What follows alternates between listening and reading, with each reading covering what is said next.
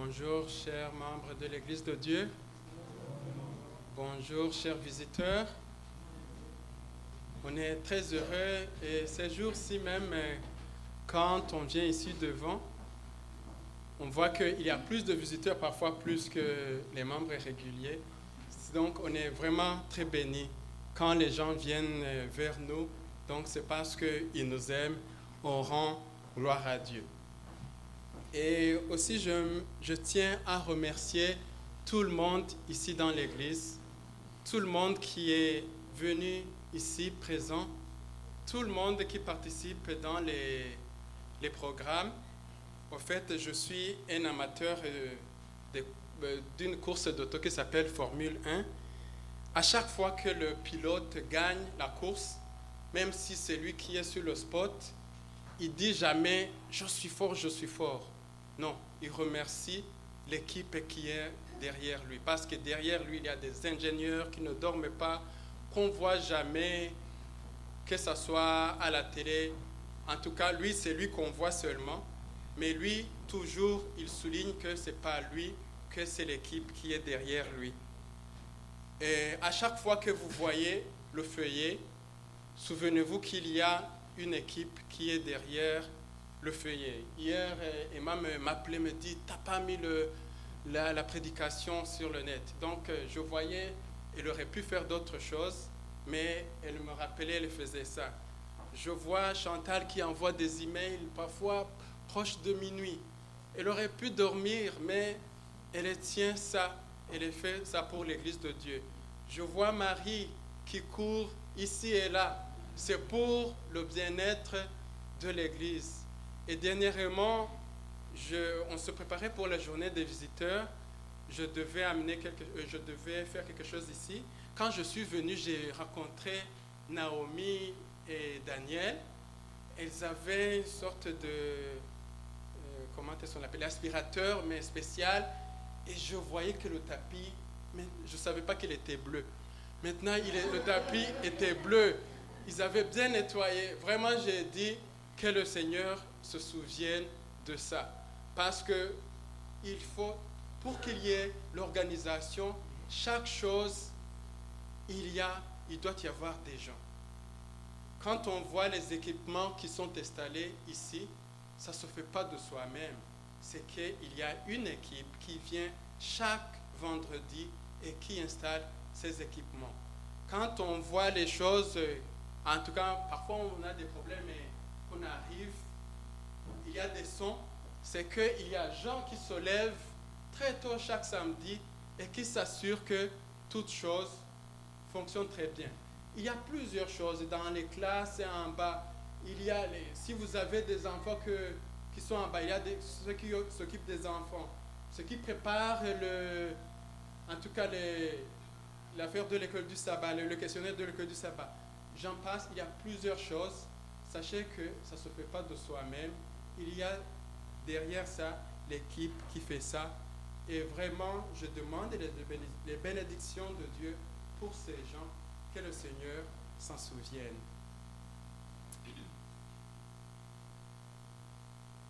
Aujourd'hui, j'ai donné le titre à la leçon, mais en donnant le titre, j'aimerais que vous n'insistiez pas beaucoup sur le titre. Je ne sais pas si vous avez vu l'image qui est sur le feuillet. Qui a vu l'image qui est sur le feuillet? Oui. Qui peut me dire de quoi il s'agit? Est-ce qu'il y a quelqu'un qui... Moi, chaque fois que je vois les images sur le feuillet, j'essaie de deviner c'est quoi, ça parle de quoi. Est-ce qu'il y a quelqu'un qui aurait une idée? Oui, il y a quelqu'un qui... Oui, il y a quelqu'un qui a une sorte d'âge.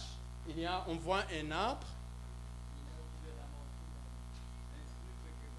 Un fruit quelque chose. Ok, j'ai besoin d'une idée quand même. Est-ce que ça donne une idée quelconque? Ok, s'il n'y a pas de fruit, l'arbre sera coupé. Au fait, ça va avec le titre d'aujourd'hui qui est « Laisse-le encore cette année ».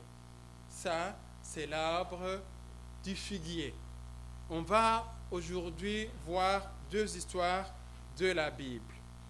Mais avant qu'on puisse entrer dans la parole de Dieu pour voir ces histoires, j'aimerais qu'on puisse prier d'abord. Prions. Merci Seigneur de nous avoir gardés et protégés depuis les jours de nos naissances et jusqu'à maintenant. Même avant que nous naissions, tu avais un plan pour nous. Tu as gardé nos parents et nous sommes ici sains et saufs. Si nous sommes ici, c'est parce que nous sommes meilleurs que ceux qui ne sont plus, mais c'est parce que tu nous donnes toujours l'occasion de nous rapprocher de plus en plus à toi, Seigneur, et que nos caractères tendent vers tes caractères, Seigneur. Par ta grâce, au nom de Jésus, nous t'en prions. Amen. Une fois, j'étais au Super C, là où j'aime faire mes commissions.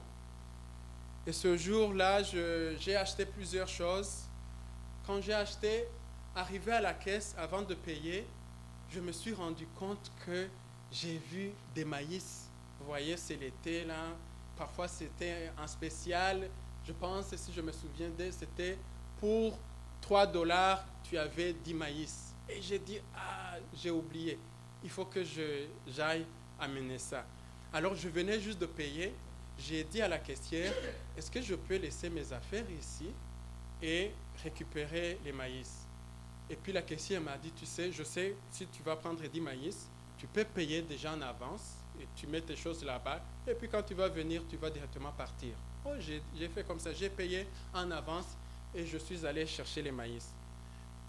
Arrivé là-bas, vous savez, les maïs, parfois, il faut les éplucher à l'épicerie, parfois. Ça m'a pris un peu de temps. Arrivé à la caissière, je l'ai fait signe parce qu'elle me connaissait. Et je suis allé prendre mes choses et il n'y avait plus de panier où il y avait mes choses. Et je lui ai dit, mais où sont mes choses? Mais elle a dit, mais les choses étaient ici. Elle a cherché un peu partout et n'arrivait pas à trouver ça. Alors, j'étais pressé, là, je devais aller à la maison. Je m'excuse, et même parfois je me presse et je me précipite. Je demande à tout ce que je peux offenser. Mais ce jour-là, je n'avais pas de patience. Mais je me suis tenu debout comme ça. J'ai dit, je veux voir ce qui va se passer. Mais j'ai constaté qu'il y avait un monsieur. Et j'ai constaté que ce monsieur, ça ne fait pas longtemps qu'il était embauché au Super C. Il était zélé vraiment à un essai. Je ne sais pas si on vous a donné le premier emploi ou bien ça faisait longtemps que vous attendiez un emploi. Vous êtes en train vraiment de faire toutes choses, même de nettoyer des choses comme ça. Le monsieur était comme ça. Donc, le monsieur, il a vu mes choses qui traînaient là-bas. Qu'est-ce qu'il est allé? Il a pensé que c'était un client qui ne voulait plus. Il est allé les replacer là où elles étaient. Et voyant le monsieur qui s'en vient, on l'appelle, il dit, mais où sont les choses qui étaient ici? La caissière était aussi impatiente. Le monsieur a dit, mais je m'excuse, j'ai vu les choses qui traînaient ici, je les ai remis là où elles étaient. Je voyais le temps que je venais de passer dans l'épicerie en cherchant toutes choses. Et vraiment, et puis on lui a dit, mais tu dois aller les rechercher. Mais le monsieur a dit, mais je ne peux pas les retrouver. Et moi j'ai dit, ok, je vais t'accompagner. Et le monsieur alla là-bas. Lui, il essayait de se souvenir ce qu'il devait me donner, parce qu'il y avait d'autres choses pour d'autres clients qu'il avait placés. Et il me donnait des tomates. J'ai dit, non, ce n'est pas des tomates. Et puis finalement, j'ai fait là encore la caisse comme ça. Et j'ai dit, j'avais peur pour le monsieur. J'ai dit, vraiment, il a peur même qu'on risque de le renvoyer.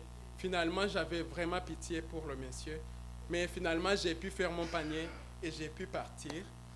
Mais avec ça, j'ai dit, c'est vraiment dur quand tu commences un boulot pour la première fois. Et surtout quand tu commences pour la première fois et ça va mal. Je ne sais pas si ça vous est déjà arrivé.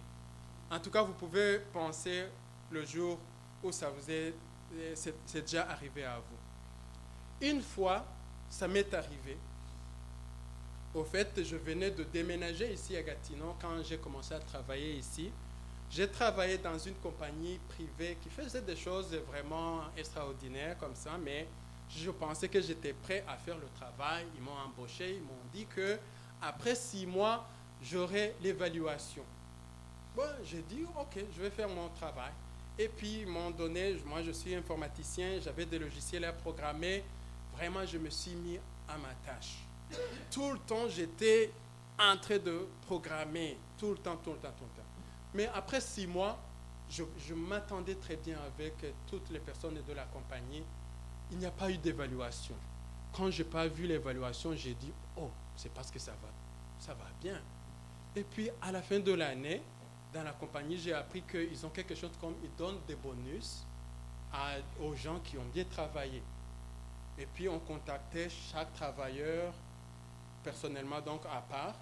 Et puis, j'ai vu les autres qui sortaient avec joie, qui avaient reçu des bonus. Moi, j'étais avec le boss des boss et puis mon superviseur. Et puis, il m'a donné une feuille. Il a dit, Frédéric, voici ce que tu as fait durant toute l'année. Tu as bien fait ici. Mais il a dit, mais ici, voici les points que tu dois améliorer. Et puis, une des points, moi je pensais que j'avais vraiment aucun point à améliorer. Je pensais que tout a bien été. Et puis, il a ajouté, malheureusement, cette année, toi, tu ne vas pas recevoir de bonus parce qu'il faut que ces points soient améliorés. Et j'ai pris vraiment la feuille. J'avais peur, tu vois. Et puis, je regardais là-dedans, je pensais que c'est des choses techniques que j'ai mal fait. Non, j'ai dit, non, tu as bien fait ton travail technique. Mais il disait mais parfois, on doit se déplacer, aller loin. Toi, tu es toujours dans ton coin, dans le travail. Tu n'as pas l'initiative d'aller aider les autres, de prendre le matériel, de le déplacer, de le mettre dans l'auto. Et moi, quand il m'a dit ça, OK, je sais que je l'ai fait 1 ou 2 fois, mais je ne savais pas que je devais faire ça vraiment. Et puis, mais je demandais, mais quand vous m'avez embauché, je ne savais pas que c'est... Vraiment, vous m'avez montré ce que je devais faire. Et comme parfois j'étais derrière, quand je voyais les autres le faire, je pensais qu'eux, ils étaient en avance. Moi, comme j'avais parfois des retards, je pensais que je devais me concentrer à ce travail. Et puis, non, le boss a dit, non, c'est à toi d'avoir cette initiative. Et j'ai dit, dans mon cœur, j'ai dit, c'est vrai. Parce que quand j'ai grandi, toujours ma mère me disait que j'ai l'initiative à la maison et tout ça. Mais quand mon boss m'a dit ça, je me suis senti vraiment doublement blessé en moi. Le fait qu'il me dit que je n'ai pas l'initiative alors que je pensais que j'avais l'initiative. Et puis, mais j'ai dit au boss des boss, mais vous m'avez dit qu'après 6 mois, vous devez m'évaluer. Mais je n'ai pas reçu l'évaluation. Pourquoi vous avez attendu vers la fin de l'année pour me le dire? Il fallait venir et me le dire. Frédéric, il faut que tu aides les autres. C'est vrai, mon gestionnaire n'avait pas de réponse. Mais à la fin, comme il m'avait donné comme un autre délai, il m'a dit, alors ils vont faire une autre évaluation. J'arrivais pas à bien dormir, mais au boulot, là, j'étais le premier à aider les autres. Et donc, je faisais tout. Mais donc, l'année suivante, j'ai reçu le bonus comme les autres. Mais j'ai tiré une leçon. C'est que parfois, on n'arrive pas à atteindre les objectifs, peut-être parce que les objectifs ne sont pas clairs. Parce que le boss des boss lui a dit à mon gestionnaire, il fallait suivre ce que tu as dit. Si il fallait l'évaluer après 6 mois, il ne fallait pas attendre tout un an. C'est sûr qu'il y a des employés aussi qui n'ont pas d'initiative. Ça peut t'arriver et tout ça. Mais il y a 2 choses. Soit tu n'as pas bien compris, ou bien soit tu n'as pas cette initiative. La leçon qu'on va avoir aujourd'hui, la méditation, ça parle de ça. Ça se trouve en Luc, chapitre 13, verset 6 jusqu'à 9. Luc, chapitre 13, verset 6 jusqu'à 9. Je lis dans la version de Parole de vie, j'ai vu qu'ils expliquent mieux. Ça dit, l'arbre qui ne donne pas de fruits. Ensuite, Jésus leur dit cette histoire. Un homme a un figuier planté dans son champ. Il vient chercher des figues, mais il n'en trouve pas. Alors il dit à son ouvrier, « Regarde, depuis 3 ans, Je viens chercher les figues sur ce figuier et je n'en trouve pas. Coupe-le. Ce n'est pas la peine qu'il use la terre inutilement. L'ouvrier lui répond, Maître, laisse-le encore cette année. Je vais creuser la terre tout autour. Je vais mettre de l'engrais. De cette façon, l'année prochaine, il donnera peut-être des figues. Sinon, tu le feras couper. Au fait, on va voir que la Bible ne nous raconte pas la fin de cette histoire. On ne sait pas si, après cette année, le figuier a pu avoir des fruits. Ou bien, on ne sait pas si ce qui s'est passé. En tout cas, moi je sais que quand j'étais dans mon pays, on cultivait on avait un citronnier, on l'avait planté, on pensait que ça allait avoir des fruits après 5 ans, mais après 5 ans, ça n'avait pas toujours des fruits. On avait vraiment décidé de le couper. Mais on a dit, mais pourquoi le couper? Il est là, il est beau. Même s'il n'y a pas de fruits, on va le laisser. Après, comme c'est temps, on a vu des fruits qui ont commencé à venir. Ça a pris vraiment beaucoup de temps, mais finalement, il a eu des fruits. Pour cette histoire, on ne sait pas ce qui s'est passé. Au fait, aucun auditeur de Jésus ne pouvait se méprendre sur la signification de ces paroles, parce que les Juifs étaient familiers avec ces images de figuiers, des arbres. David avait parlé des arbres plantés par le Seigneur. Ésaïe aussi avait appelé Israël la vigne de Dieu. Quand Jésus a dit ça, donc les Israélites savaient que c'est eux l'arbre. Et le message qui était là-dedans, c'est que si cet arbre n'a pas de fruits, qu'est-ce qui va se passer? Il sera coupé. Dieu vint dans la personne de son Fils pour chercher du fruit, et il n'en trouva point. Jésus est venu, il est descendu sur la terre. Il est allé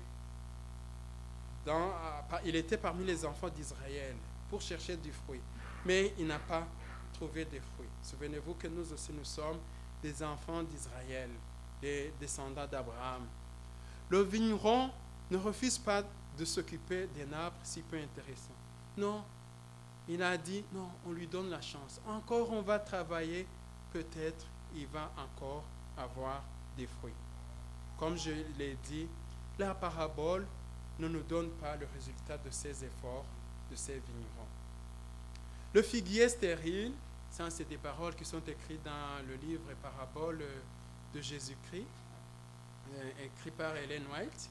C'est écrit, le figuier stérile reçoit la pluie, les rayons du soleil et les soins du vigneron. Du sol, il retire les éléments nécessaires à son développement.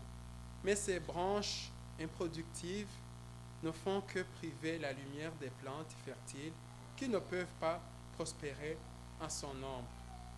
Il en est de même des bénédictions que le ciel le dispense et ne sont d'aucune utilité au monde, et tu prives les autres des bienfaits qui leur reviendraient si tu n'étais pas sur leur chemin. Voyez, ce figuier, s'il reste là et qu'il ne produit pas de fruits, c'est-à-dire qu'il va être comme un cancer. Le cancer, vous savez que c'est des cellules qui sont devenues désorganisées et puis qui se reproduisent, qui même commencent à prendre les ressources du corps pour se reproduire, mais ces cellules sont inutiles. Est-ce que parmi nous, on peut être comme ce figuier? Est-ce que dans l'Église, on peut être comme un cancer?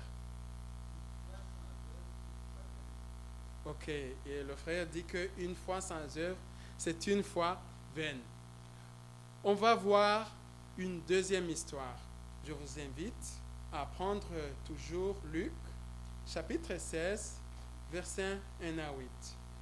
Luc 16, versets 1 jusqu'à 8. Là-bas aussi, je vais lire dans la version de la parole de vie, la parole vivante, je pense, c'est c'est cette version que je trouvais c'est vraiment plus clair. L'histoire s'appelle Le serviteur habile. Jésus raconte cette histoire à ses disciples. Ça, c'est toujours l'histoire qui m'a fasciné et parfois, je n'avais pas une bonne explication. Jésus raconte cette histoire. Un homme riche a un serviteur responsable de sa maison. Au fait, dans les termes courants, je peux dire même c'est un gestionnaire. Des gens viennent lui dire, ton serviteur gaspille toutes tes richesses. Alors le maître appelle son serviteur et il lui dit, qu'est-ce que j'entends dire de toi? Rends-moi tous les comptes de la maison. Maintenant, tu ne pourras plus t'occuper de mes affaires. Le serviteur se dit, mon maître ne veut plus que je m'occupe de ses affaires. Qu'est-ce que je vais faire? Travailler la terre? Je n'en peux pas. Je n'ai pas assez de force. Devenir mendiant? Il a dit, non, j'ai honte. Je ne peux pas faire ça. Et puis, qu'est-ce qu'il a dit? Je sais ce que je vais faire. Alors, quand mon maître va me retirer mon travail, des gens me recevront chez eux. Et voyez ce qu'il a dit, il a fait.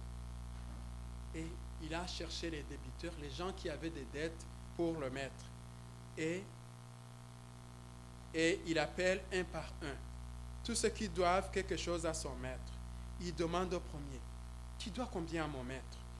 Et l'homme a dit, je dois 100 tonneaux d'huile à mon maître. Et l'autre lui a dit, alors viens, écris 50, paie 50 et les autres ne les paient pas. Et puis la personne qui a trouvé que au lieu de payer 100, il va payer la moitié, il a cherché tous les tonneaux qu'il pouvait trouver, il a payé 50 et puis il est parti. Donc il a dit, ce serviteur, il devient mon ami. Et puis il est allé encore. Ensuite, le serviteur demande à un autre, et toi, tu dois combien? L'homme lui répond, moi, je dois 100 sacs de grains. Le serviteur lui dit, voici ton papier, écris 80. Alors le maître dit du bien de ce serviteur. Malhonnête, vous voyez, il était malhonnête. Il n'a même pas demandé la totalité. Au début, il n'a rien géré. Et puis, à la fin, lui, il essaie de préparer sa vie future.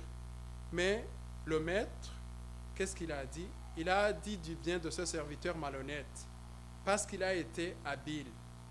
Et puis, comme conclusion, il dit, Jésus, les gens de ce monde sont plus habiles entre eux que ceux qui appartiennent à la lumière.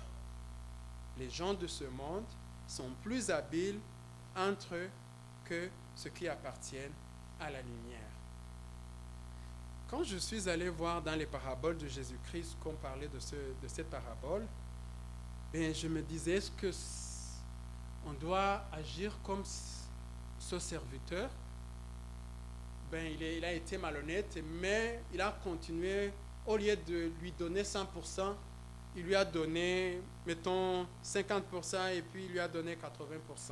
Est-ce qu'on doit être comme ce serviteur? Quand j'ai lu la signification de la parabole, non.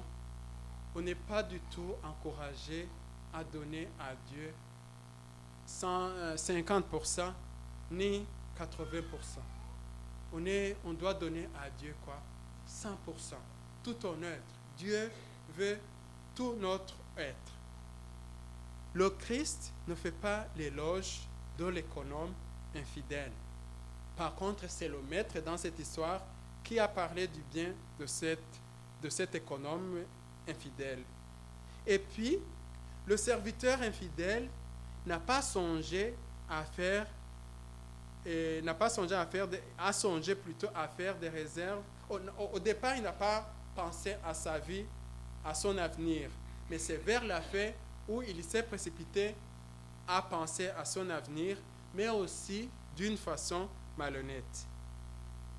Il voulait dire par là que les gens du monde sont plus sages et plus persévérants dans la recherche de leurs intérêts personnels que ceux qui font profession de christianisme en servant leur maître. Voici les paroles qui sont dans les paroles de Jésus-Christ. Que vaut bien vous précèdent donc dans le ciel. Placez-les près du trône de Dieu. Assurez-vous un droit sur les richesses inestimables du Christ. Faites-vous des amis avec les richesses. Faites-vous des amis avec des richesses injustes pour qu'ils vous reçoivent dans les tabernacles éternels quand elles viendront à vous manquer. Ça, c'est la question qui nous est posée. Est-ce qu'on essaie d'utiliser la malhonnêteté pour gagner des amis? Non, on ne doit pas faire comme ça. Mais en plus, on doit être plus sage. Les gens du monde, ils savent comment chercher l'argent. Est-ce que nous savons comment travailler dans la maison de l'Éternel? Au fait, je vais vous dire honnêtement la raison pour laquelle j'ai choisi cette prédication. C'est que, comme j'ai commencé à le dire, toute chose qui se fait ici à l'Église ne se fait pas. Ils font des humains. Dieu n'a pas envoyé des anges pour prêcher. Même pour prêcher, il faut un humain. C'est à travers les humains qu'il utilise ça. Donc, je me souviens une fois, j'étais étudiant, j'étais à Québec. Je voyais tout ce qui se faisait dans l'église parce que j'étais pas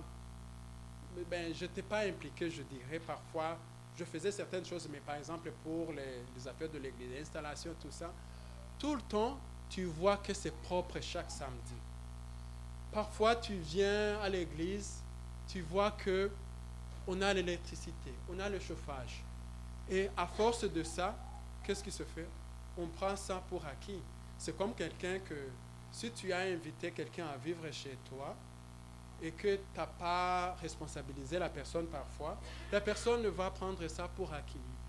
Là, parfois même les enfants, ils pensent que la nourriture, ça tombe comme ça. Ils savent peu que les parents doivent ça, c'est vraiment difficile, chercher la nourriture, travailler. Et comment c'est difficile, par exemple? Mais si tu lui donnes pas cette éducation, l'enfant prend ça pour acquis. À chaque fois que tu vas quelque part, il va dire, donne-moi ça, donne-moi ce vélo, donne-moi ça. Parce que l'argent, tu les ramasses sur les arbres. C'est comme ça que dans l'église aussi que ça se fait. Si on vient ici et qu'on voit toutes choses bien fait, bien fait, bien fait, on va finir par penser que, oh, il y a des gens qui le font. Il y a des gens qui installent. Il y a telle personne qui fait ça.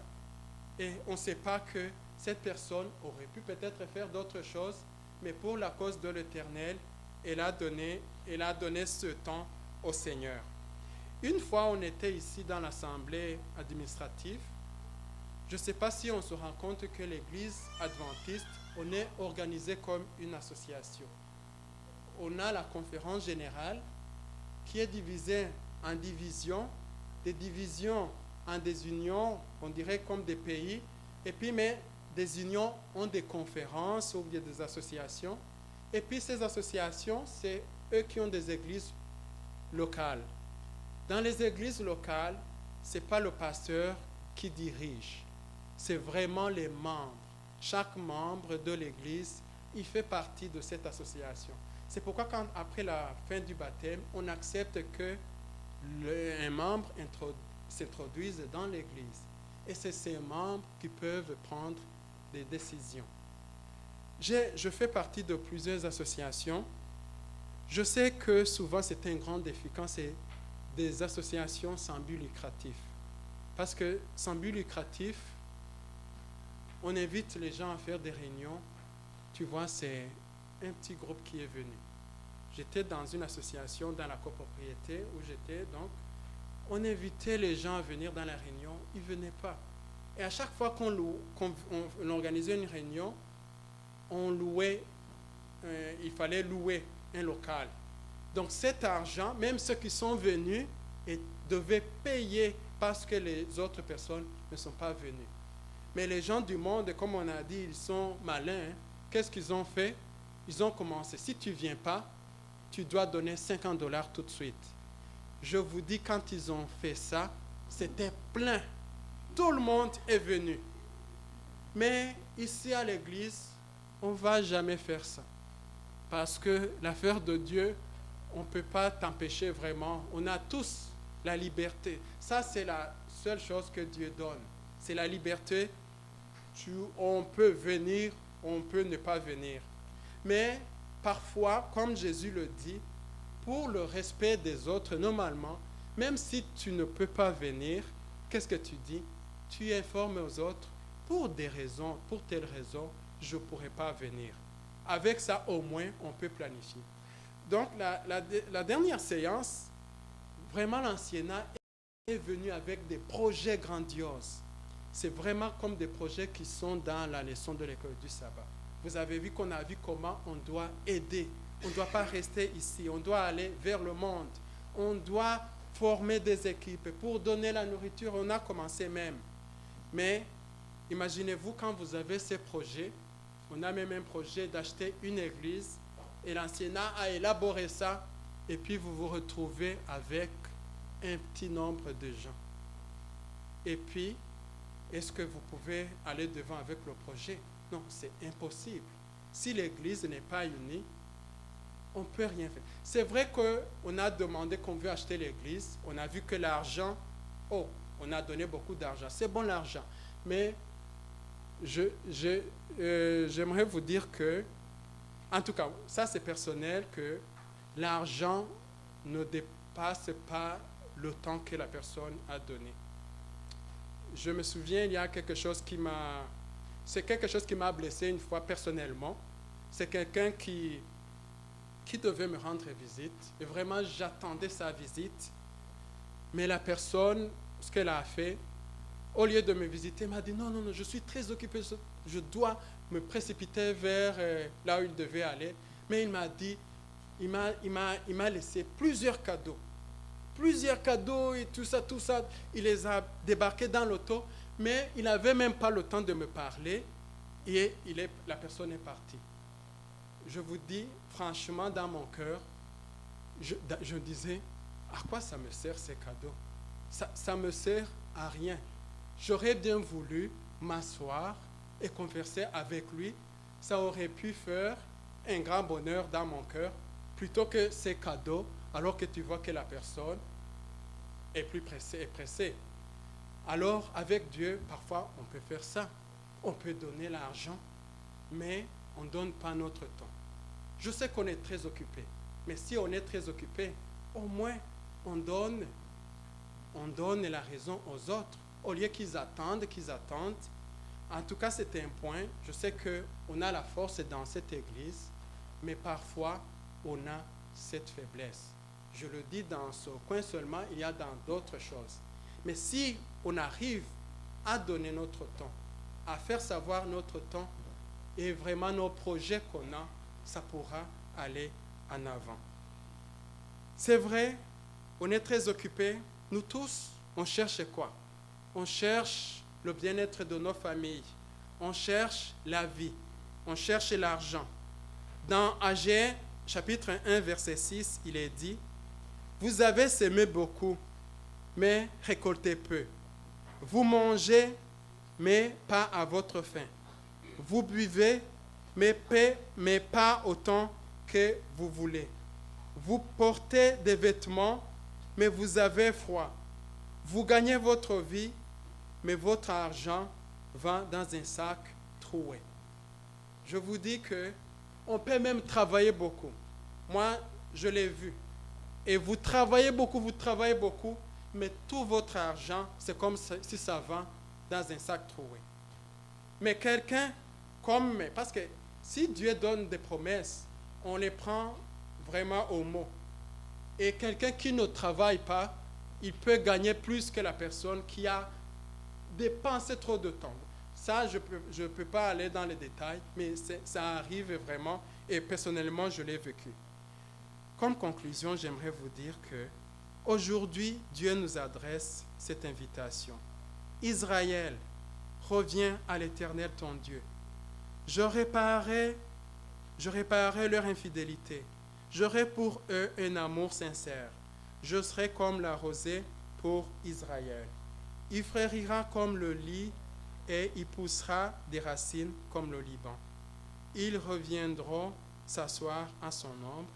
Ils redonneront la vie au froment et ils fleuriront comme la vigne. C'est de moi que tu recevras ton fruit. Je préfère terminer sur cette bonne note en espérant que cette vigne va produire des fruits. Que le Seigneur nous bénisse au nom de Jésus. Amen.